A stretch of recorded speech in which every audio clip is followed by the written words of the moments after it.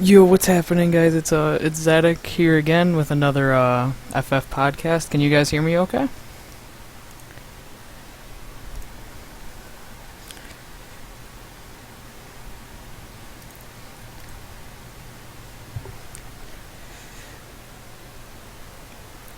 Alright.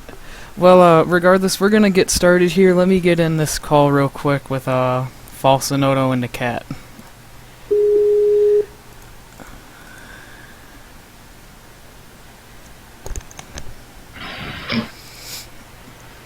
Hey, what's up, guys? What's up? What's up? How you guys doing? Doing fantastic. Not too bad. That is great. Alright, let's, what we're gonna do now is, we'll start out by, we're talking tournament jitters this week. Alright. Let's, so why don't we start out by asking each and every one of you what you think a tournament jitter is exactly. Let's start with, Zenoto. In my opinion, tournament jitters are just and kind of anxiety that you feel right before playing high pressure matches, or in any case, any type of match. I get them really often. Yeah, it's just anxiety, just a feeling of pressure. Okay. False, do you have anything to add on to that? Yeah, I mean, with tournament jitters, you're gonna get anxiety, like Tsunoda said, but it also is a huge detriment to your game and can also prevent you from playing to your full potential. In my opinion, because you're always shaking, you're not gonna be able to think correctly, you're not playing as smoothly as you would have. So I feel that. Nikat, now you said you don't really get tournament jitters that often, so I'm interested to hear what you think they are. Well, tournament jitters are player dependent, I suppose, because I know a lot of other players that don't get them.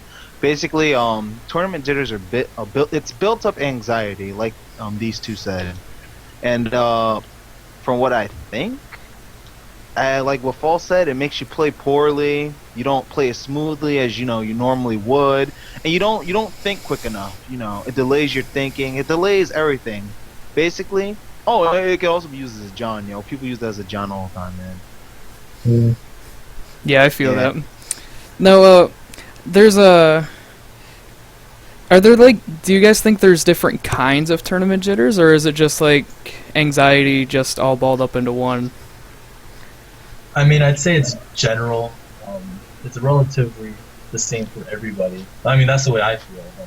I used to have tournament jitters for a long majority of my Smash career, and I still do to some extent now. But back when I started, like when I had to play somebody really good, I used to get the jitters really, really bad. I recall playing Mike Hayes, like in 2012, my first national, and I just couldn't stop shaking. Like I was so nervous and I couldn't play well at all. Then I do respect him with the win, but I felt like I could have done a lot better against him had I been fully prepared and maybe less anxious, Yeah. Okay, so is there just certain players where you guys just are more nervous against? Well, personally, I Nervous feel against tournament jitters make me play better personally. That's usually when I go to nationals. The reason I usually do so well is just because I feel the pressure for me to do well, and so I usually play more technical and more on point, and I make better reads and stuff. Then if I'm in a casual situation, I tend to make a lot of technical errors and stuff. So I guess tournament jitters can be good and bad in that sense. I know a couple people that do pretty well under high pressure situations, but Right. No, I agree with Zenoto actually. I think it just depends on how you respond to it, because everybody's going to get nervous in a sense, but the good players are the ones who respond to it well, and what they choose to do with it. It's important not to let And I agree with. Okay, The cat was saying earlier, the tournament jitters can be used as a John, because you don't always have to make me play bad. Yeah. Like my first month of when I first started Smash competitively, I had I was just nervous. Like if I had to play somebody like a big name, I would grow nervous, but I don't feel like it like absolutely completely hindered my ability to like, do well that match. If anything, it served more as like motivation. As Julian just said, playing under pressure sometimes helps you play better, which I agree with because in tournament, I I'm on a different level than I am when I play friendlies. So I think Yeah. the pressure is, yo, I have to do well. Oh, I have to win this. I have to do this. I have to do that. It can help you. Okay, so let's shift gears a little bit. Let's how would like a lot of newer players have a real hard time with tournament jitters? Like, what do you guys do to like overcome them and just say like, hey, the pressure's not gonna get to me. It's gonna make me play better. I mean, there are a lot of small things that can help you get over tournament jitters, like things that can help even a little bit. Like, if you chew gum, like something to get your mind off it, if you listen to music while you play. It's like these tiny little things Yeah. that can help your game.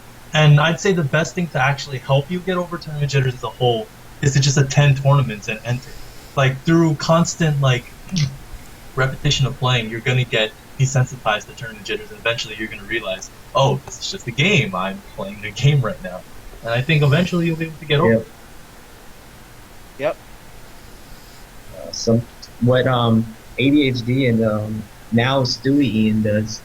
Stewie, he was telling me before how it was at Yo0o0o0 that when Roller pointed it out, whenever he would play, he was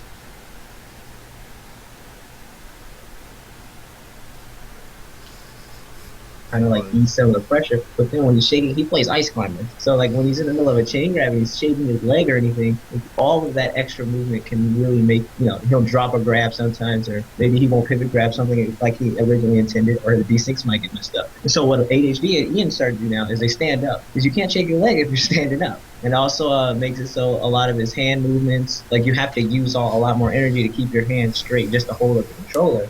And so a lot of those uncontrollable movements just don't even happen. What I personally do is Mikey Renisha. That was whenever I play him, it's just like whatever nervousness or jitters that I have, they just go away because I feel like we have like he's like about the best training partner for me. He just is an all-in aggressive type player, and I don't really even have to think when I play. Last year or whenever he stopped playing, we went like even. I won one, he won one, I won one, he won one, and we would just play. Every Yomacon, we would just sit down or every tournament, we sit down an hour before and just play like a ton of friendlies because that's how we would warm up. Our play styles just completely coincided with each other, I guess. And so whenever I would play like against Ally or Tyrant or whatever, I just pretend like that person was Mikey, just because I know that I can play comfortably against Mikey. So if I pretend like that person is him, I'm pretty sure I can play like I would normally do against him. So it's a lot of ways you could play normally. One way, you can stand up to ease some of that pressure, stuff like that. If I may add something. Another way is more. I feel like the reason. Oh, go on. No, I was gonna let you go, man. Oh, okay.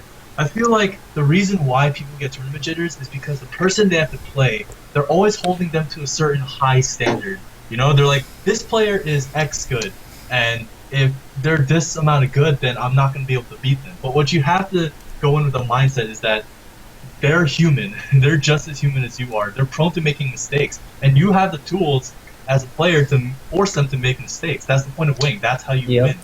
So I feel like you just need to go in with the right mentality of, oh, I can beat this person, and not go, I'm going to try my best and see if I can take a game off them or whatnot.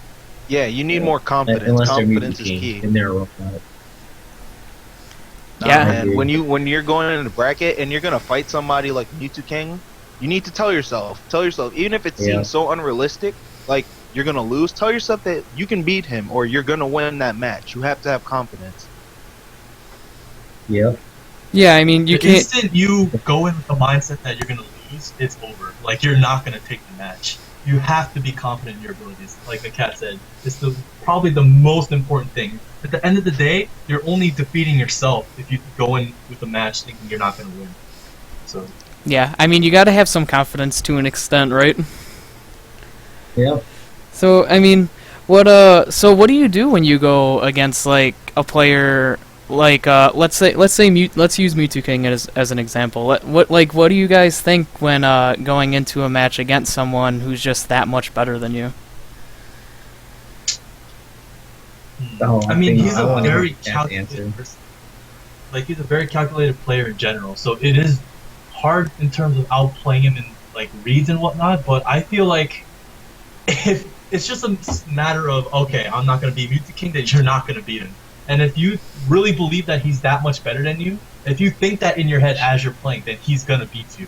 You need to go in thinking, I can beat him, I'm better than him. Then that's that's the only way you're gonna take the game. Yeah, Yeah. for sure. I just blatantly state that I'm gonna rape them. That's what I do to any player. Yeah. I have to play. I just go and like, yo, I'm about to body them. That's it. And if I lose, I'll body them next time.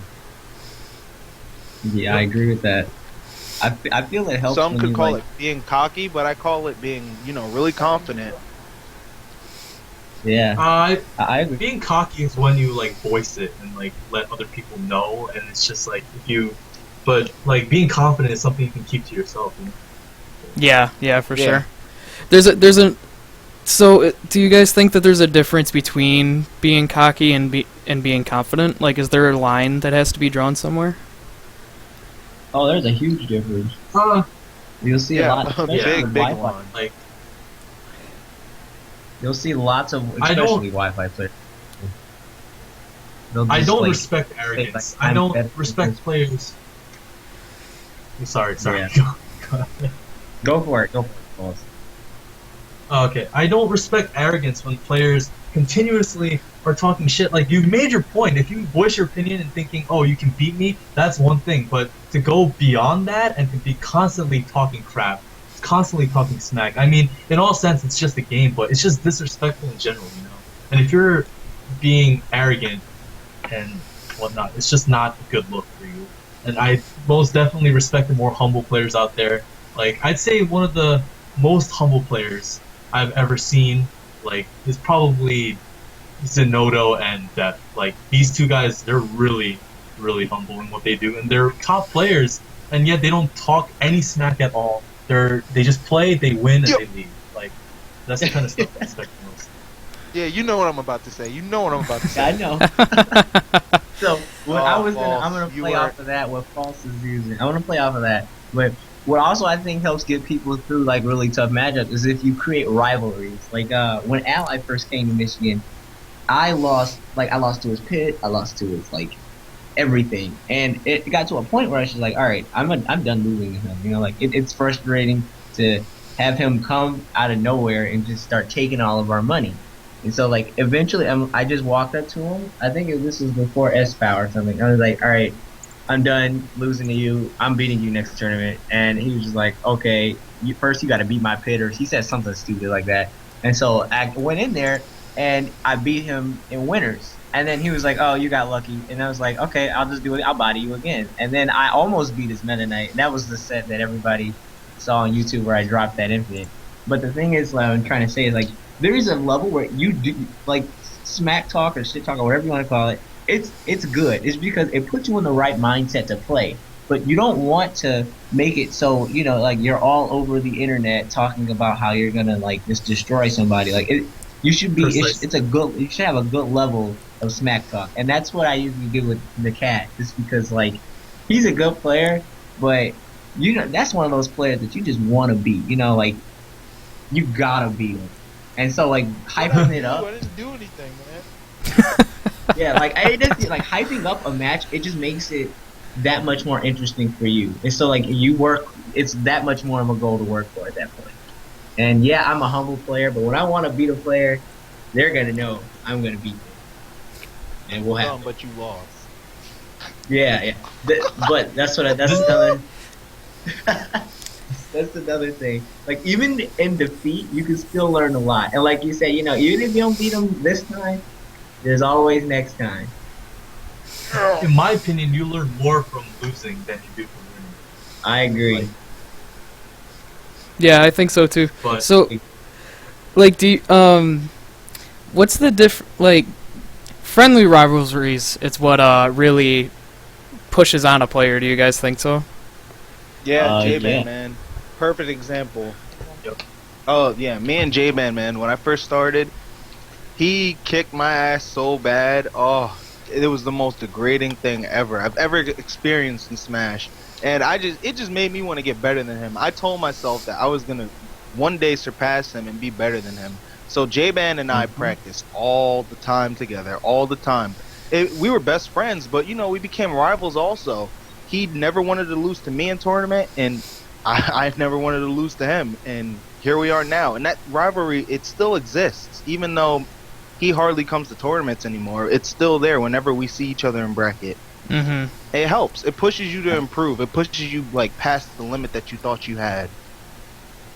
Rivalries are so healthy in the aspect that it's just constant motivation, and you guys are just helping each other excel. And I feel like, in a way, the Cat and J-Band have a really good sense of rivalry, but like just the crew in general, our crew in general, we're always practicing with each other. We're always like talking smack with each other in a friendly way, but we're also like, oh, whoever places bottom is gonna get the most shit talk. So we're all trying to like, just trying to outplace each other and stuff. But Oh it's in a healthy man, if way, you were in our which I thread, believe. Yeah. We're always if you were in our talking crap. thread and you saw some of the things that get said and how badly people get exposed, man, I get exposed also, man. It's crazy. We're always bringing up losses, like our worst losses to people, and it's just a constant barrage of blasts, and it's the most hilarious thing. But at the end of the day, we're always helping each other to propel in the game, and I feel like that's why the Cat got to where he is. That's why like J-Ban and other Kitaro, like we're all as good as we are. And Zo0o just recently joining has proven himself to be a top player, like last year I believe, and we're really proud of him in that aspect as well. Yeah, I mean, Zo0o and the Cat were just like going back and forth with losses last weekend. It was one of the funniest things I've ever heard. It just makes you want to play that much better. It's like you want to prove to them, like even though I may have lost to character X, I'll use me as an example. We were talking about like some of the losses, and the Cat was like, "Well, at least I don't lose to Rob." And it's like Sneaky Taco was one of the main rivalries I had when I was like an up and coming player. Like every tournament, it'd Sneaky be that Taco one, played it'd Rob? be him. Sneaky Taco played Rob, and I would lose to him like every single tournament. And so it got to the point. Yeah, it got to the point. Did you say I was you like, don't all lose right. to Rob? It was a Meta that Knight was Band like- tournament though. But it was like that was when I was first thrown up, and Sneaky Taco was the one. Sneaky Taco and Roller especially. We used to just have that may have been like my worst rivalry. We just would practice every day, and Roller would just, oh man, like we would have some intense sets there. But it makes you play so much better, and it also gives you a sense of purpose. You know, like most people play just to play, but that's not really what gets you better. You need to play for some type of purpose, whether that be just so you don't lose to somebody, or whether that just be because you want to be proven as the best player of that character, whatever. You need to have some type of purpose, or else you're really not gonna. I feel like the more goals you have for yourself, the faster you'll excel. I agree. Now, is there such thing as like too big of a goal, or do you think like some players do better with long-term goals and some players do better with short-term goals? There's never too big of a goal, man. When I first came to the offline scene. Wait. All right, who's gonna go? Let the Cat go first. You were talking. All right. I don't think any goal is too big, man. When I first started the offline scene, I was terrible, man. I was just some Wi-Fi scrub. I played Luigi at the time, also. I didn't have anything going for me. My goal was to become as good as Mewtwo King, Ally, all the big names during that time. I wanted to become as good as them. That was my long-term goal. And of course, that looks like it's not gonna happen. Like, who am I? Some kid that just came out of nowhere offline. But I feel like it helped me because every tournament I went in, I lost, but I always did better in the results, man. And that goal kept pushing me to keep playing, keep learning, keep getting better. And here I am now. Nope. I think that it's not necessarily the fact that a goal is too big. It's just how much time, how much effort you really want to put into that goal. Yep. 'Cause my goal was just to be better than ADHD, or at least no, my goal wasn't to be better than him. It's just like when you mention ADHD and or the Diddy Kong, like the top Diddy Kong players, I just didn't want it to be ADHD, huge gap, and then whoever else would fill the spot. And that was I made that goal when I joined the scene last year or in 2011. And I just said I want to be known as somebody who you could use in the same sentence with ADHD without it being absolutely ridiculous. At the end of the day, it's how hungry you are. Like, how much you want it will determine how big of a player you are. Some people are too quick to give up. They just accept defeat way too early. They're getting that consistent 17th when they start out. And a lot of people will. It's not normal for you to place top 5 unless you're some sort of, like, a miracle worker. Like, you're gonna start off bad. And it's important to realize that some people are just prone to getting better faster than you are. Everybody has different caps and different skill levels, and it's just a matter of how much you keep at it. And I feel like if you can stay hungry long enough, and if you really, really want it, you'll improve to the point where you can become one of the best players ever. Like, we saw recently how much Zero wanted to be like a top player, and it showed. He played Smash for hours a day. He told me he would spend hours in the training room just practicing tech skill. And when he came out here for X Smash, I believe he got first. He just showed like the fruits of all of his training, and I believe that's a prime example of what being hungry in this game can truly do for you. Yeah, I feel that. All right. So what we're gonna do now is I have a couple videos to show you guys. If I can explain a lot of them to you, but if you want, you can just look on stream for them.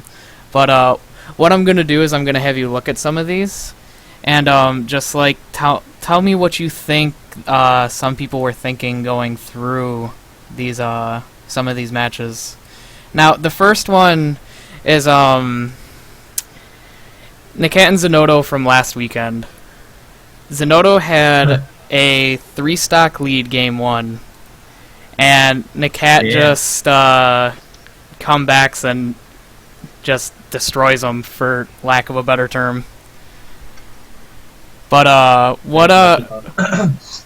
like, Nikat, what were you thinking being down 3 stocks to 1 in that scenario?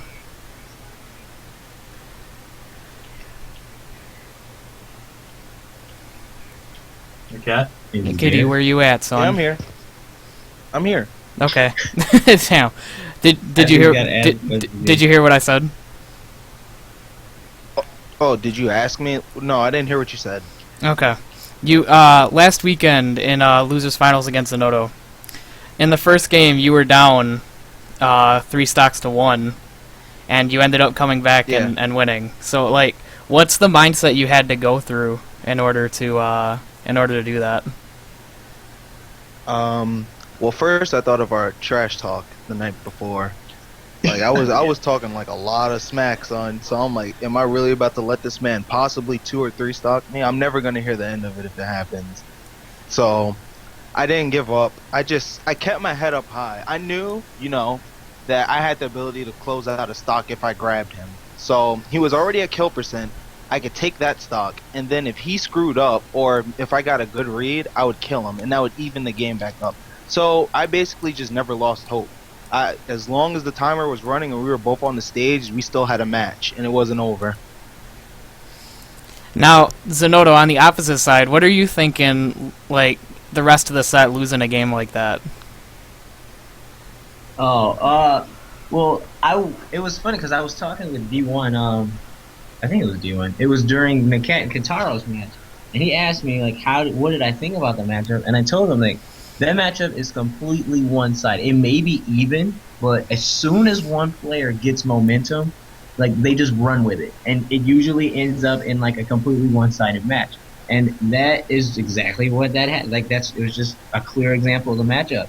I was winning the majority of the game because I had a lot of momentum, but the moment that momentum shifted, the cat, just like you saw, he just turned it around pretty much. I think it was like a reverse 3-stock in that aspect. Yeah, it was. But it's just, you can't let it get you down, because you saw I just ran it back, and even that game I think was really close. It's just it was just a momentum based matchup. And Yeah. so like even if you're down really far, like the cat was down, I think it was almost a three stock, right? Yeah. But like Yeah. it's just like even if you're down, as long as there's time on that clock, go for it. And he had the right mindset, don't give up. It's Ice Climbers. You can make anything happen with that character. Okay. And Now, as for me, I was just like, wow, wow. okay. So I mean, on the other side, I mean, Diddy can make comebacks on characters too. Like you're one of the only Diddies in the country that actually is able to use the infinite in tournament. Like what kind of like concentration do you have to go through in order to do that? Well, it's actually a lot. The setups they're hard to spot, but easy to commit to. Like they're easy to make happen. So, but sadly on Ice Climbers, you can't infinite the Ice Climbers. So like if you fall behind there, you don't rely on that. But in normal matchups where you can do it, it's just really when people get ahead, they tend to play defensively, and so you have to pick apart a defensive option, and so you turn it into an infinite setup. Like people are gonna make mistakes, especially when they're ahead and they see that like I have the opportunity to close this out. They play extremely defensively, but it also leaves them for more opportunity to make error. And so you just have to find an open, like an opening that you can abuse. And it's not the setups are really to actually do the infinite is very simple. As you like, I think you saw Vex on stream doing it. It's not hard at all to do that. Yeah. But what makes it hard is to find the opportunities to do the setups. Yeah. And so you just gotta keep a calm head so you're not like missing some. I mean, a really good example of that was from last weekend in your set versus false, actually, where you just couldn't find any setups on Marth. Oh, I just dry. I don't know what that was. Like if you look back at me versus Leon from Impulse, it's the same thing. I just cannot get like whenever Marth whiffs an up B, it's a free. That's the stock essentially, and I just could not get that setup going. I don't know. I was just trying a different variation of it, and I just couldn't get it working. But every time Marth does not whiffs an up B and he's forced to land on the stage, you should take a stock for it. Yeah. Well, if you can infinite at least. Okay. The next thing we're gonna look at is some pregame mind games from your man False over here, and your set against Keitaro. You guys ended up going to a double blind, correct? Yes. Was that a double blind?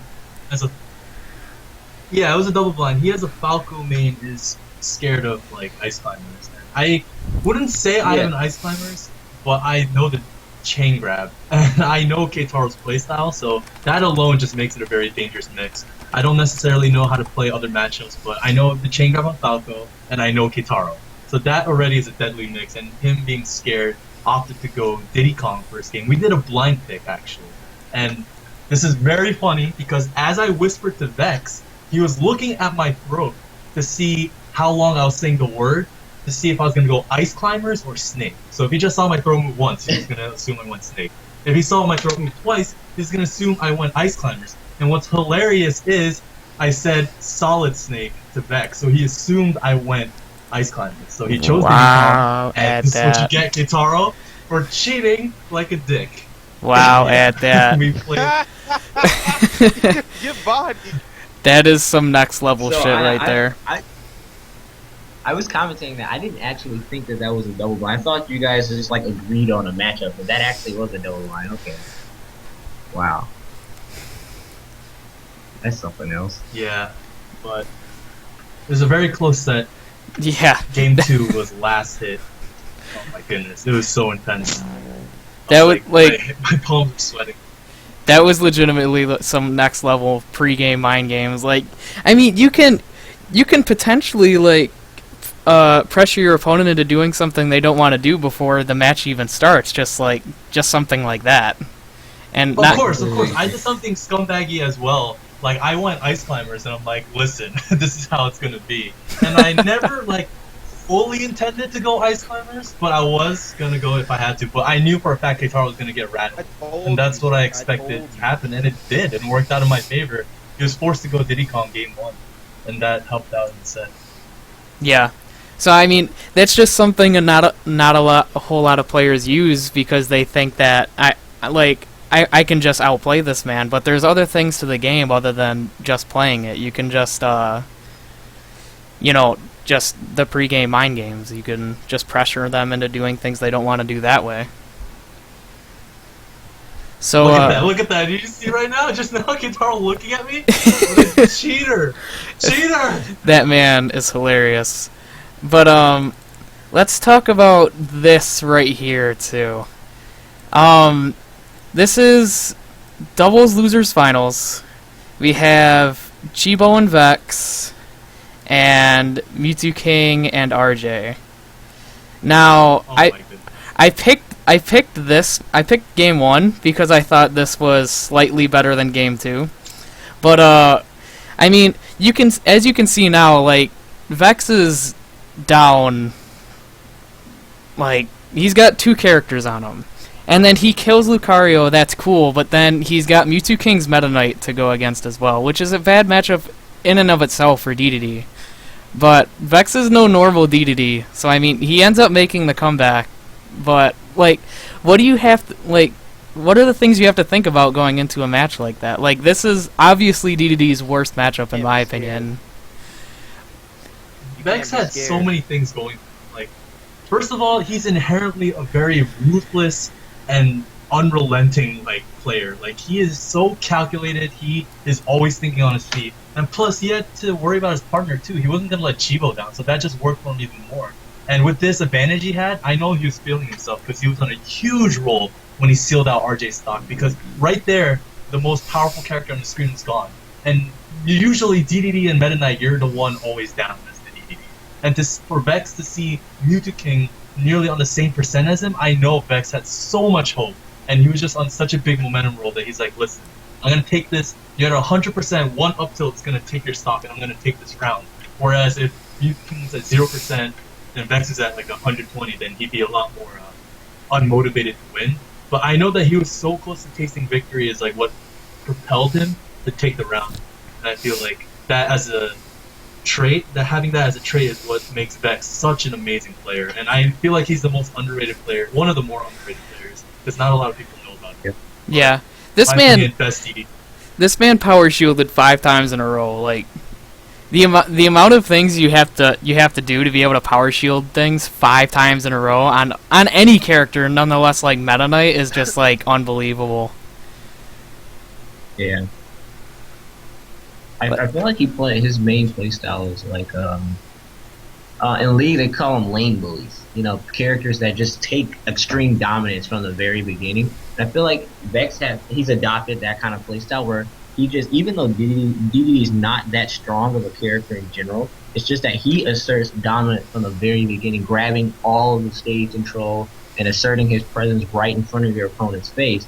And that way, they tend to, he pressures them into situations where he can power shield things 5 times, or where he can read jumps and things to get into advantageous positions. He just kind of bullies you into situations that you're not favorable in. And that's why I think he's more of a stronger player than the players that people usually underrate. It's just because he may not have Mewtwo King level reads, or he may not have may not play like a top tier character, but he is one of the most technical and one of the more assertive players, as in he's gonna get in your face and get what he wants out of his position. I think that helps him out. That's what helps him out the most. So is it just he never loses confidence? Is that one of his strong points, you think? Yeah, he knows what he wants when he goes into situations. That's the reason why I would whenever say he Vex's asks, only weakness is. Oh, my bad. Yeah, I would say Vex's only weakness is frustration. You think he gets Knowing frustrated Vex a lot? over the years? Knowing Vex over the years, you can tell after or sometimes during his matches, he gets really flustered, and that affects his gameplay. Okay, so especially when he's such a technical player too. Whenever he makes huge mistakes, or when he makes he SDs or something, you can just see the frustration build up on him, just because all of that. He's a really technical player, and when you make him slip up like that, and he gets really frustrated off it. And I think that really kind Mhm. of ticks them off sometimes. So what's the difference from when from the match the match we're watching, and then why didn't he get frustrated at this point?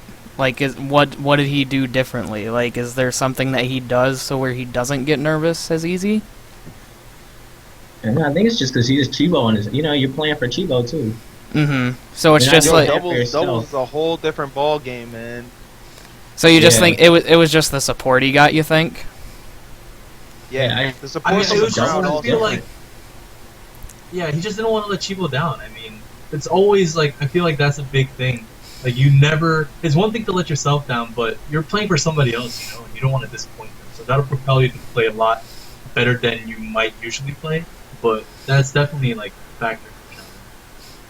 Yeah. So I mean, man, do you, doubles is serious. do you think support is a huge part of how people play then? Like, just the support you get from, like, maybe even your partner or from, like, the crowd behind you.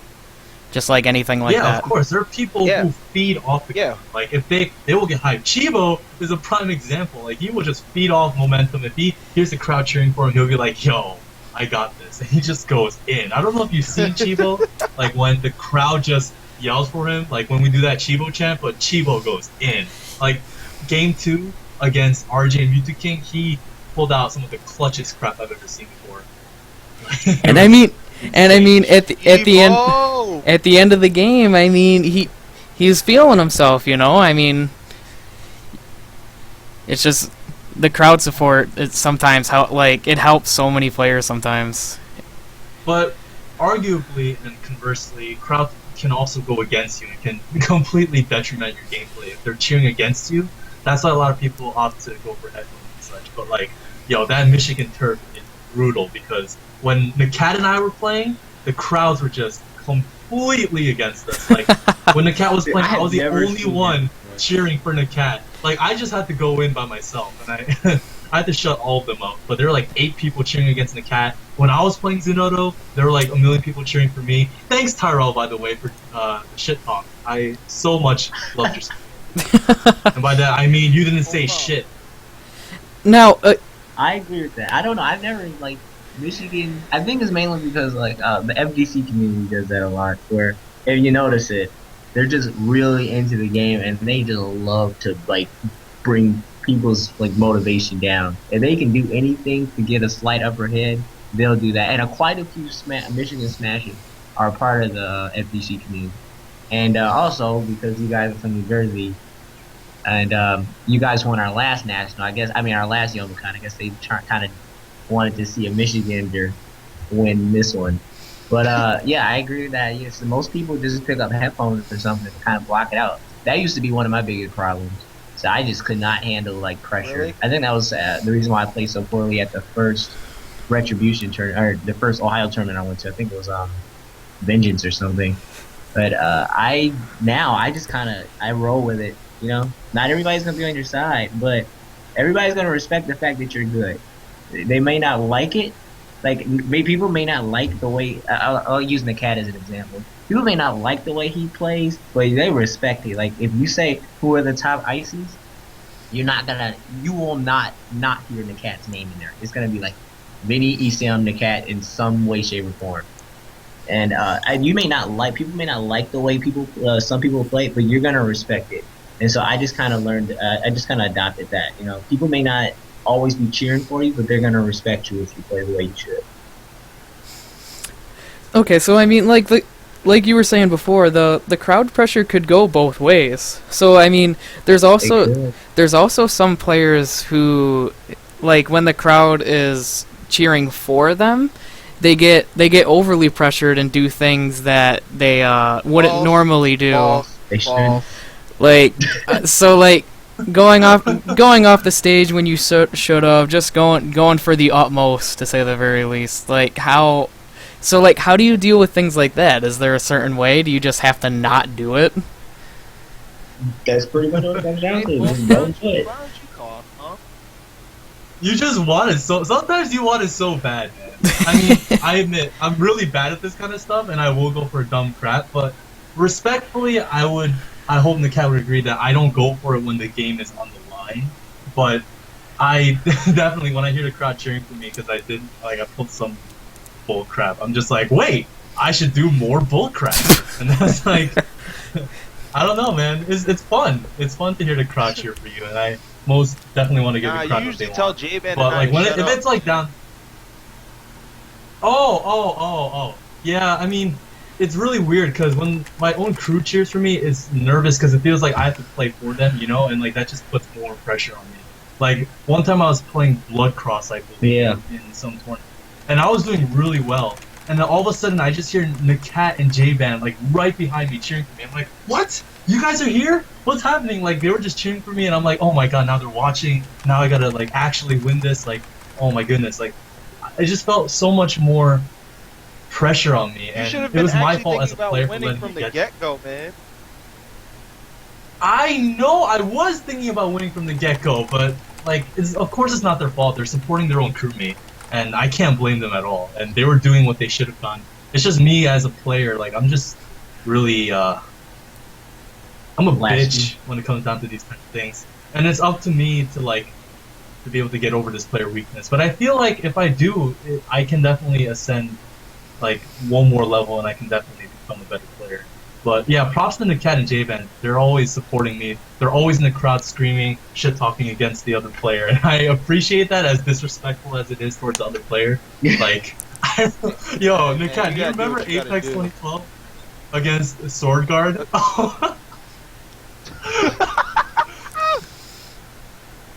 It was Oh so my bad. gosh. It was my first national, and everybody was saying that Sword Guard was gonna beat me. And I also had no Ice Climbers experience because the cat didn't play Ice Climbers at the time. But holy crap! Like the cat was just talking nonstop for like 16 minutes, like pure shit I talk, still and it do was it, just man. I could tell still Sword do Guard. it. Whenever somebody's It was fighting it my was getting the crewmate, Sword man, Guard. that's where I come in. Yeah, it was so bad. Sword Guard had to request headphones for the second and third game, and I'm just like, I'm so sorry, man. This is. So I mean, terrible. is that the way to get over like? Me? Is that the way to get over crowd stuff? Is just like try to either cancel them out or like put headphones on or something like that? I mean, I feel like trying to cancel them out with your own shit talk is very effective. Like, when the crowd's cheering against me, then all of a sudden I hear. Go ahead. Oh, alright. Did I interrupt? Personally, no. I kind of interrupted you, but I just wanted to say something. Like personally, when I play better when I'm getting cheered against rather than being cheered for. Yeah. I can feel that. Because I mean, it pushes you to prove all of them wrong, right? Yeah. Especially as an Ice Climber player, you're gonna get shit talked hard, but it's okay. Like, whoever I play, when I'm getting shit talked, I just want to beat them harder. Like, what the fuck? Just shut up, please. And whoever's talking trash, like, I want to play them next. I want you to sit on the sticks and play me next. I get pumped, man.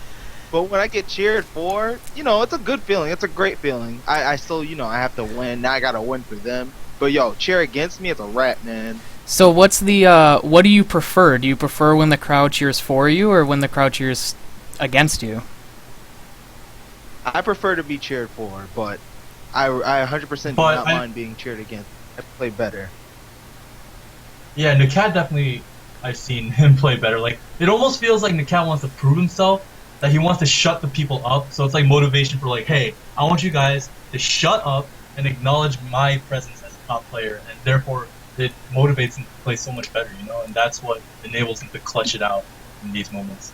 Sometimes I talk shit while I play, or I'll talk trash back to them while I'm in the match. You lose those matches though, like that Zero Suit Nest match. those tend to be L's though. So. But I agree with the cat. Like characters like Ice Climbers, where you actually have to. I don't know. Like when I learned it when I was playing Diddy when I first picked up the Infinite.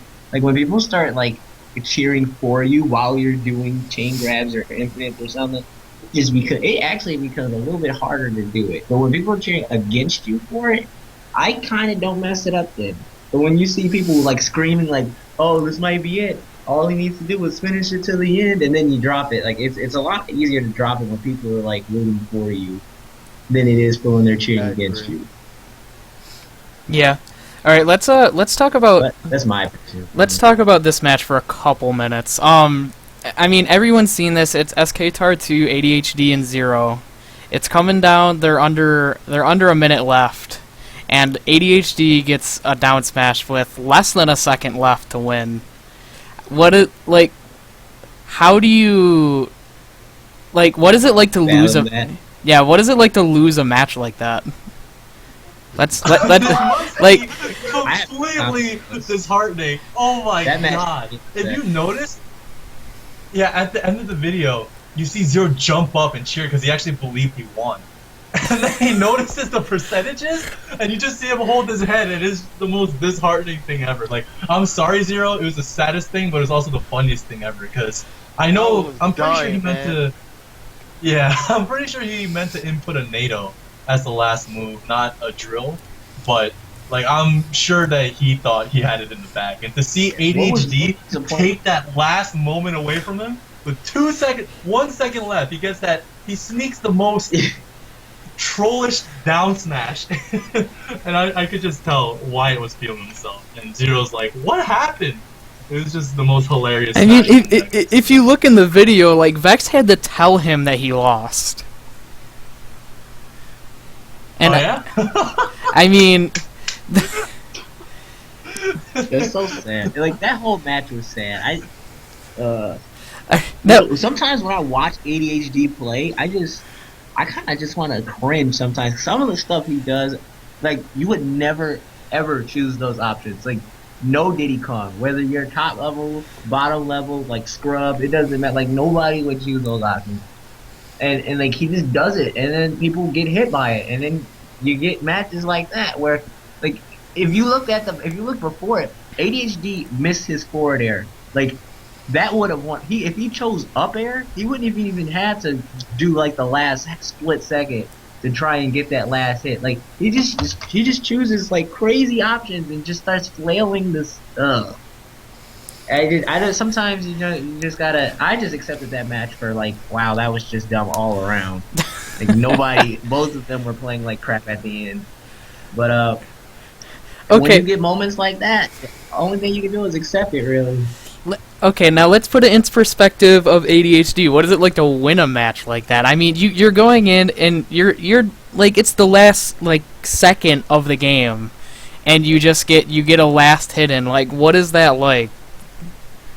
It is Oh my amazing. God. I've never felt such a Feeling. thing. Beautiful. I would never. I mean, it's kind Oh of my God. in the cat's point of view, it'd be like getting a grab or something. Like, and you're at It like happened against me versus Mewtwo King. yeah, and you were at like 100. Like you were definitely a kill percent, and the man was like at 0, and you just got a grab.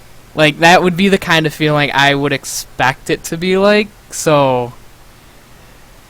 Like, what is that like? Is it just like the best feeling in the world? Or is it Your just like... momentum shoots up by tenfold. Okay, so I mean, well, because some players might also take it like, wow, I almost lost that, like... Yeah, that's how I take it. Like I tend to like to win decisively, and if I'm just barely scraping by with a down smash, like 0.5 seconds left in the match, like I'm just like, man. Like, who knows? Like, next time I play him, I can get 3 stock. I just hate those kind of matches, honestly. Yeah, I feel that. Alright, I'm gonna do a couple call-ins real quick. Do you guys mind answering a couple questions for people I call in? Yeah, sure. No problem. Okay. The first person I'm gonna have join us is someone newer to the Michigan scene. He's a Marth player having a little bit of trouble getting his foot in, really. But his tag is Iceman. So he says he has a couple questions and some input for you guys, if I can find him. Okay.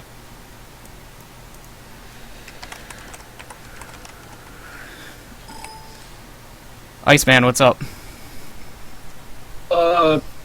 Nothing much. How you doing today? I'm good. You guys can hear me fine? Like, there's no Yeah, you're feedback good. or echo or anything? Yeah, you sound good, Okay, dude. awesome. What what question do you have? Oh. Go ahead. My question was, like, I had a lot of trouble with, like, getting nervous in tourney when I first started it, and I've kind of gotten over that. But I really, really get nervous when, like, a game comes down to, like, last hit. Like, when it can go, like, either way, especially against a character like Snake or Olimar or Meta Knight who can just throw out a kill move and, like, end the game, like, somewhat unexpectedly. So Is you're there any way, like, you guys just, like, how do you guys get over that? So you're having trouble with when it comes down to where like you're both last hit, you're both at kill percent, and it's last stock of the game, and you're getting nervous because of the situation, right? Right. Okay, and you want to know how to try to get over that? Yeah. Okay. Let's go with false first. Iceman, I'll tell you this, that was a huge problem for me when I first started. When it would go down to the wire and when it would go down to the last hit, I was always doubting myself, and I'm like, I'm gonna die right here. What if I can't kill him? And you need to realize it's just a simple matter of mentality. You can't let it get to you. You just have to realize that, I know I've repeated this many times, but it is a game. It is a game, and you just need to believe in your own ability. And what I like to do is I like to acknowledge the fact that my rival or like whoever I'm playing at the time is human, and they're probably just as nervous as I am. And it's my job to be able to seal out the stock in a way that's less nervous than they are. And when it comes down to it, it's going to be who's the better player. And you just need to have confidence in yourself and saying, oh, I'm better than you. I'm not as nervous as you, and I'm going to choose the right option over you, and I'm going to win. So it's a matter of confidence, which can usually be heightened through playing, practicing, just attending tournaments, and seeing yourself improve. Okay. All right. Nickhat, do you have any other way to like answer that for him? Maybe we give him another Yeah. perspective on it. Yeah, I got you. The way I deal with stuff like that is I turn that into adrenaline, basically. It makes me want to win the match more. So what I would say is when you're in that last stock, last hit situation, try to like relax. Try to relax. Your opponent is just as scared as you are, and I feel like the person that's least afraid is going to win. So if you can try to convert that fear into adrenaline, into like a boost of confidence, like, you know what, this is it. I need to go for this. I'm going to get this last hit, and this is going to seal the game. Then, honestly, I feel like that's the player that's going to come out on top. It's easier said than done, which is why you actually do need to attend more tournaments to be put in that situation more and more to learn how to deal with it. But once you can do that, I feel like last hit, last stock situations won't be a thing for you anymore. Matter of fact, you'll probably have the upper edge in almost all of them. Alright. All right, Zonoto, you got anything else for him? Usually when I get in the last hit, last stock situations like that, especially with Meta Knight, it's just, you just have to know what you can and can't do. Well, you know what you can and can't do. You just can't forget it. Like characters like Meta Knight that can throw out, like you said, kill moves. It's not even that they come out unexpectedly. It just they can throw them out frequently, and usually with general safety. Like Olimar can up smash a couple times, and still play it safe. Or Meta Knight's down smash can be relatively safe on shield unless you power shield it or something like that. But you just gotta still remember what you can and you can't punish, and that's usually when I usually win or not. It's just that you just gotta remember what's safe and what's not, because usually when it gets to those type of situations, like you said, people get nervous or they'll start throwing out random kill moves or something like that. You just gotta play it calm. You gotta keep the same mentality going through the whole tournament. And I guess like Nikat said, either you gotta turn it into adrenaline and just use it to like hype yourself up even further, or you gotta wait it out until your opponent makes that mistake that you're so afraid of making. But you just can't lose your cool. And I think that's what losing an ally that last Ashpal taught me. You know, like I kind of got nervous and just loved the whole thing. It just made me realize, you know, that's maybe one of the things that top players had that I didn't at the time. It's just you gotta play like like you own it. You got to play like you want to win. You can't make the silly mistakes and let it cost you the whole game. Yep. And if you Alright. do end up And losing in that last stock situation, don't get frustrated, and don't let it affect Yeah. your future games. Yeah, In you terms can't of like keep that in mind. physicality, like in terms of physicality, if you just want to know a way to relax, I just say when it's like neutral last stock last hit percent, if you can, just take a deep breath, man. Just anything that'll help you calm your nerves. Like just take a deep breath, realize the situation, collect yourself rather, and just go in and at it again. I mean, Brawl is pretty neutral. The game set on reset, so if you manage to find yourself having like a second or two to yourself, just yeah, take a deep breath, realize that you can win. Go for it. Yeah, I think the biggest thing is like you just have to find what makes you play the same way every time. You can't really like change your playstyle because of a certain situation or anything like that. You really just have like listening to music. I think is the most common fix to any sort of like nerves or anything like that. It just helps you Yup, play yup. more calm. All right, I'll keep that in mind. That was really helpful. All right, well, thanks for joining us, Iceman. It was nice talking with you. Yeah, nice talking with you guys. All right, we'll catch you later. All right, well, what we're gonna do now is we're gonna take a couple questions from the chat and then we'll wrap up. AXRZ asks, he wants to know about identifying a bad habit and fixing them. Is there any way you guys do that? Yes. okay, Oh my wait. gosh, I have a great story for Wait. this one. Wait. By the way, my mic is kind of lagging a bit, so you guys are probably talking and then I accidentally interrupt. It's because my mic is picking up things later. Okay, I think mine is doing the same. Yeah, possibly. So I apologize if I like cut you guys off or anything. But who wants to go first, actually? Go for it. I want to hear the story. Oh yeah, I want to hear a story. Yeah, I want to hear Alright. the story too. Alright, so back when I was starting, I was called the Roll Cat, Rolling the Cat by Orion. And basically, I just had this extremely terrible habit of rolling. Every situation, roll, roll, roll. And he pointed it out, and he would punish me every single time. I would get frustrated. That was one of the points in my career where I just wanted to quit. I felt like I couldn't get better because I kept rolling.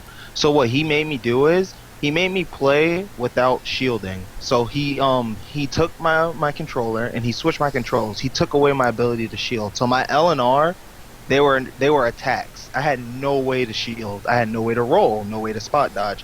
Through that, I had to learn how to always pick the best option and how to avoid things without, relying on rolling or spot dodging or any of the things that the game gives you. And if you can change your control configuration to kind of discipline yourself, that's probably the best way to do it, because I don't have a rolling habit anymore. I haven't had it for years, and I really appreciate Orion doing that for me because that really helped me excel as a player. Some like that technique works for a lot of people. Like I feel like that kind of punishment of not being able to resort to that option is very smart, but I know in a lot of cases where it hasn't worked out, because eventually they develop other habits that would come from not being able to shield. They just jump everywhere, they just do something else. So it's a matter of player dependency, but I feel like another method in terms of being able to fix a bad habit is playing someone who knows you for your bad habits and constantly getting punished for them. Every time you roll, you're gonna get hit, and eventually it's gonna stick to you that, oh, maybe I shouldn't roll in this position, maybe I shouldn't spot dodge in this position. And eventually, if you have a player that can basically download you or have a practice partner that knows you for you, it can help you to get over those habits a lot more quickly and to help develop your meta. So yeah. I agree with that. The person that I used with that was Ally. He is probably you will get frustrated more quickly than anyone. He learns people so fast, and that was the main reason why I just kept losing to him. It's just because you couldn't get away with a bad habit, or you couldn't get away with something. If you use the same thing more than 2 or 3 times, it would never work again. I did when Ally would run at me as Meta Knight, I would run at him at the exact same time and grab him and throw him away. Just because like normally Diddy Kong's pull bananas or run away and shield or something. So I would just like beat him to the punch at trying to grab me. But I did it twice and I never was able to do it again. Just because he would always punish me for it after that. And it just and another thing that I was really bad at was recovering. And when you find somebody that just makes it so like your bad habit of like my bad habit of recovering, so like when I would get knocked off stage, I would never come back. If you have to, if you plan to still beat a person or you still plan to improve, you have to find a way around it. And so players that just essentially beat bad habits out of you, I think that's probably the quickest way to improve if you just cannot get over those bad habits. Just find somebody whose specialty is just like beating that thing senseless out of you. Okay. So I mean, okay. The next question, Hypercrasher asks, how would you teach someone to play patiently? Playing the cat. Black patient. Playing a cat. Patience is a very hard thing to teach in terms of people sometimes are just inherently patient. Like, I would say Nakat is a very patient person in general. You can notice that playstyle carry out through all the games he plays. Like, I've played many games with him. I've seen him play League of Legends, I've seen him play shooting games, I've seen him play other games, and that kind of patient playstyle carries out through each one. And in Brawl, where the game rewards such a defensive kind of play, I feel like is where he shines the best because he's very naturally a defensive person, but gets aggressive when it comes down to it. But back before he mains Ice Climbers, he would, for fun, time us out in friendlies. Like when when the crew would get together to play, he would go Meta Knight and I would go Snake, and as soon as the match begins, he would just run away for the first 4 minutes, and it was the most frustrating thing ever. We're just like, why can't we just fight? Yo. Why can't we just do this? And Oh he's my like, god. I faithfully was- timed everybody in my crew. I faithfully timed them out. I tried to find new ways to time them out. I tried to if there was a way I did not time them out, I needed to do it. If I had to wait to hit them, if we had to wait a whole minute to take damage, I would do that. There was one time I waited 5 minutes into the match on purpose before I actually tried to fight them. So we had 3 minutes left to actually have a match. I don't know, man. It was just fun. But Keitaro always told me that it's the best practice to fight against me because I play like that. Because it makes you have to play perfect. And it gets you frustrated. It's good training, man. It's good training. I did it for fun, but I also kind of did it to help. But keep in mind that patience isn't defined for timing people out. There's also patience as in, like, every time you get hit, you can get flustered and you go in with a bad option and you get punished heavily for it. And I feel like the important thing to realize is when your opponent has momentum, it's always best to disengage and to reset it back to neutral and to clear your head. Because if your opponent's on momentum and you're getting flustered, you're just going to continually make mistakes. And you're just going to give your opponent more and more percent to work off of. And this is a game, Brawl is a game where it's all based off of resets and neutrals in the neutral game. And if they're on the momentum, just step away. Just take a break and be like, okay, I'm going to go on this side of the stage and I'm just going to step away from you. And that alone can kill their momentum. And although you may not necessarily win, or like you could still be losing, it's still a lot better of a situation than you put yourself in before. So I agree. And going off of what was said before, when I went down to X Smash, oh man, that he timed me out too. It's just a type of playstyle that you just gotta adapt to, and yeah, you're laughing. It was true though. Like the first like 3 minutes, he would like fly under the stage and then like go way up into the blast zone, and it was just like you have to play perfectly. If you get hit, you're probably gonna lose the game. So it's just not even the fact that you have to play like that runaway play style, but I personally adopted an aggressive camping style. Like I would press lots of buttons and control lots of zoning space, but essentially would be doing the exact same thing as the cat. Like I won't be approaching you. It just looks like I'm doing a lot, but all I'm doing is aggressively controlling space. That's it. And so you just have to realize when good opportunities to go in are and when there aren't good opportunities.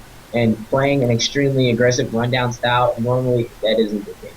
You just got to learn how to control space and how to control what your opponent does. And just don't constantly go in. I think that's a play style that's like formed from Wi-Fi players a lot, just because they have to press buttons like 10 seconds earlier for it to come out, and so they automatically assume that they have to be doing something at all times, and then they usually end up getting beaten by more patient players. Yeah, man. But the guy, the person he asked how to teach patience. Yeah, patience is something that it can't actually really be taught, in my opinion. You have to find it in yourself to be patient. I mean, do you really have the patience to sit still for 6 minutes in a match without fighting your opponent? Do you have to ask yourself that, and you have to try it and see how you feel. If you feel like you're so miserable and you just can't do this, then playing patient isn't for you. Because if you have to force patience into yourself, I feel like you're gonna jeopardize your chances of winning a lot of games, because inherently that's not you. That's not the way you play. You have to try to play like yourself, man. I don't think patience can really be taught. Yeah, I feel that. Go to Jersey, and at like one of the nationals, just find a TV and look for the cat, and you put him on that TV for like an hour. And That doesn't teach you patience. That teaches you You how to learn rip your own hair out. You will if you get hit, just watch the timer go down. You will never think the timer, like the game, could actually last that long. Like you will count every second. Nakat got one NATO off me. He got one NATO off me at the beginning of the game. It was like 12% or whatever. And he had 0, I had 12, and he ran away for the next 3 minutes doing nothing. And I was just being a hopeless little snake trying to peg him with a grenade. I wasn't even trying to make it explode on him. I just wanted to whack him for that little 4%. But he was just gliding in and under, just flying away, being the patient little player he was. But the point is, if you can somehow get patience to work, it'll work so well for you. Especially if your opponent is not as patient as you. That's just gonna frustrate you to the maximum. So, see how it works out for you. It's Okay. called Keep in black mind, patience, I by also the like way. to add. Patience. I also like to say that extreme of a patience is not required to be a top player. So don't feel like you have to pick on it. It's not. You don't have to time someone out to be a top player.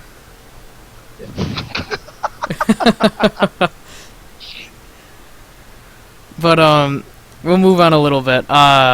In Love with Brawl says, I understand high-level play when one player has the advantage or disadvantage, but I can't understand the neutral game. Can you please explain?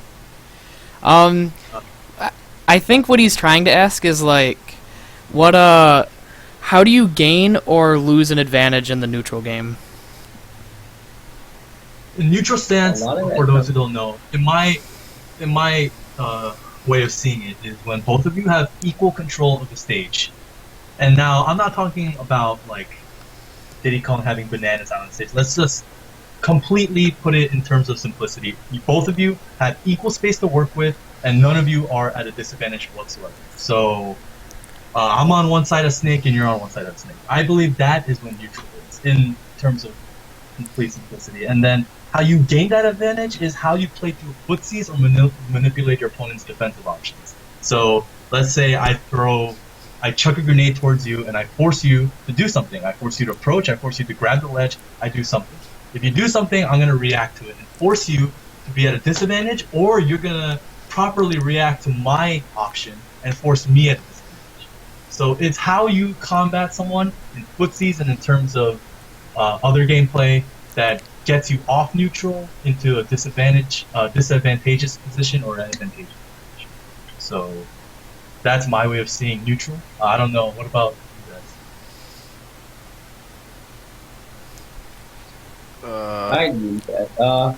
It's just from the neutral position, it's so hard to get. Really, the neutral position is really character dependent because characters like Meta Knight and Oliver, who have extremely strong neutral position, have a lot easier time getting momentum or getting the advantageous position. But the way to really get good at the neutral position is to figure out how you can work your way into your opponent's zone safely. And some characters, yeah, they may be better at it, but the characters who aren't good at it, the characters who just don't have an innate ability to just go in, like Meta Knight who can just tornado at you, or aggressively poke you down, or Olimar, who has an extremely strong, potent grab range. If you can use characters that don't have strong neutral games, and once you figure out like how you can work your way into their zones and actually like and just rip the advantageous situation away from them, those are the players that you will see that just do extremely well. One of the people I think is Slayers. If you watch him play, oh man, he just plays so. His neutral game is so strong, and when the only thing he seems to falter on is when he gets knocked off of the stage. Like once he just all of his momentum is killed, it takes a while to get back into that position where he can grab all the momentum back. But if you just watch him play, his neutral game is extremely strong, and that's just because he plays in a really aggressive like lockdown type of piece. Like he just will grab zones of the stage from you where you just can't contest it, and that's what I think really. It just shows who has a strong aggressive a neutral game and who doesn't, is who can take positions of the stage. You can counter somebody's moves the moment that they do it. Vex is really good at it, where if you throw out Diddy side B or Meta Knight Tornado, he'll immediately back air up tilted or something like that. He'll just knock the option away. It's just how you respond to other people's options and how well you can just snatch the stage away from somebody else. Yeah, Now, I think. keep in mind that. Oh, sorry. No, go ahead. Now, keep in mind that they're like the characters of the cast are like super varied in terms of how they deal with neutral, how they recover from a disadvantaged position to make it neutral, how well they do in neutral. Like some players only benefit when they're inside their player zone, and like they suffer from playing in neutral. I would say a character who can't be kept at a disadvantaged position would be Wario. Like Wario always has the option to make it neutral. No matter if he's on the ledge or not, he can always make it back. Superb recovery. He can just run away whenever you're screwing him up. He has the mobility to get away, break combos, just safely disengage. Whereas someone like Snake, if you have him pinned on the ledge, that's where you're getting your damage. You need to juggle him. You need to keep him there, rack as much damage as you can, because Snake's neutral game is probably his best. That's right. His ability to just completely stay away from you, but force an approach, and then punish you heavily for 21% if you mess up, and possibly tech chase you to death. That's the kind of character you want to avoid in neutral. So you just want to force yourself in, keep him at a disadvantaged position. And yeah, in terms of other characters, I'm sure you guys can provide insight. Like Meta Knight, obviously being the one to be top class in advantageous, disadvantageous, and neutral, and so forth. No. Yeah, I feel that. Alright, the next question. Why is Nick Cat so garbage? Wow. That's Nairo. I know it's Nairo. Yo, you're a hater, son. You're gonna get bopped in tournament again. Keep following me. I promise you. God damn it. I can answer that. Oh, Nick Cat is man. alright. That's too bad. I can tell you what That Nick is Cat's why- Zenodo, 3-0. Stop talking to me. Sit down. Take a seat. Alright, let's move on from that real quick. What kind of mentality should I have when facing someone that's far better skilled than me? Wait, what? You should have the confidence of a champion. Now, keep in mind that Wait, confidence. can you is say that something again? I you think I find. kind of like my mic zoned out. Okay, Nam asked, what kind of mentality should I have when facing someone of far better skill than me? Oh, okay. The cat says it's confidence, and I believe so too, that it is confidence. But it is by far one of the hardest things to force. I mean, a lot of people aren't that confident. That's the thing. So, Yeah. in terms of that, I don't know how to correctly answer your question, but you can gain confidence by playing and by acknowledging your own skill level and noticing your improvement. And you just need to have the hope that you can always pull something out, that it's never truly over. You noticed multiple 3-stock comebacks as you saw from the cat, and that's the kind of mentality you need to go in with. You know? Just believe you can clutch it out and play ice metals. Okay, real quick, what is the perfect Smash game to you guys? Like, what mechanics would make up the perfect game? Mm, That's kind of touchy. That's kind of touchy. yeah. That's hard. Um, Maybe taking out chain grabs. Taking out chain grabs. A game that doesn't promote promote too much aggressive play and too much defensive play. Like something that's really balanced in between, basically. If we could have a balanced medium of melee and brawl without chain grabs, which is impossible to ask for as far as we've seen, but if we could have some kind of variation of that, I feel like that would promote possibly one of the most fun Smash games ever in terms of character balance and variety. Because honestly, what do you see in Brawl that's like besides the top 10? Like the top 8 characters, like you're not gonna see any other characters in grand finals or in the top 8 being played. You can also say that about Melee, though, False. that's very Of course, true. I'm not saying Melee is a superior game. I'm saying Melee is too aggressive, and Melee also does have chain grabs. So if we can have a balanced medium between Melee and Brawl with character variety and no chain grabs, then I feel like that could possibly make the pinnacle of Smash. And I'm honestly looking forward to that in Smash 4. Please do not disappoint, Sakurai. I agree. Alright, the next question we have is from Ori. Nakat, what did you do to jump to your next level? Played a better character for one. That's one. And invest a lot of time into that character. Regardless of what people think, Ice Climbers are not an easy character to play. I love to see you guys try and learn to chain grab a bunch of different weight classes. Play with the mindset that you can lose as soon as Nana's dead. There's a lot of things that come with playing the character. But yeah, for one, picking up a better character. Ice Climbers. Ice Climbers have the ability to turn the tides of a battle quickly, and they demotivate people.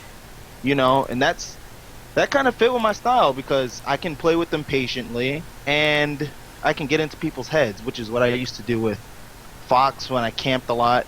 I would get called annoying, people would pester me, or when I was Meta Knight, my crewmates would get upset when I timed them out. So Ice Climbers seem to be like, you know, the perfect medium for that. And I invested a lot of time. I watched a lot of videos. I learned a lot. And basically I got more confident. I wasn't as confident as, you know, I used to be. Well, yeah, I wasn't as confident in the past. I wouldn't say I got jitters, as we talked about earlier, but, you know, I didn't think that I could beat a lot of people. And I did a lot of amazing stuff with Fox, you know, back in the day, but I didn't want to stay at that level. I was really hungry to excel, to get past that. And that's where Ice Climbers came in. I like mastered them in and out, and I took them to the next level as well as myself. I feel like me as a player grew way more, and that's what helped me also achieve the next level. Yeah, I feel that. Alright, we're kind of running out of time, so that's all the questions we have time for tonight. I'm gonna start wrapping up. Thanks guys for joining me. Alright. I'll catch you guys later though. Thanks for joining once again. Peace out. Yep, no problem. Alright guys, I'm gonna wrap up real quick. This is the new logo, if you haven't realized already.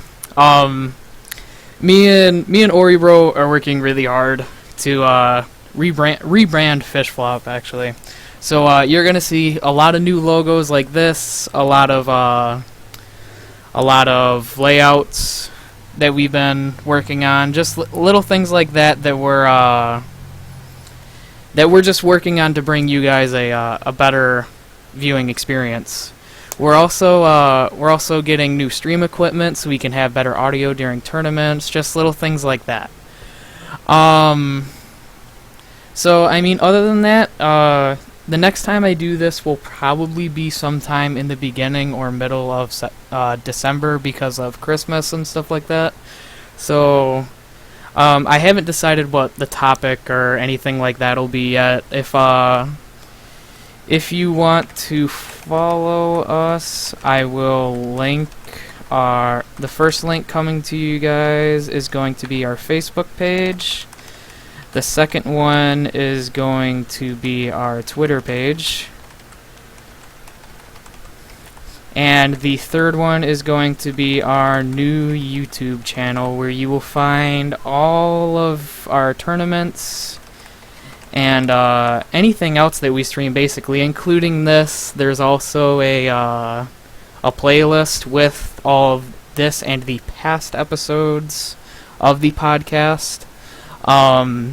But yeah, thank you guys for watching, and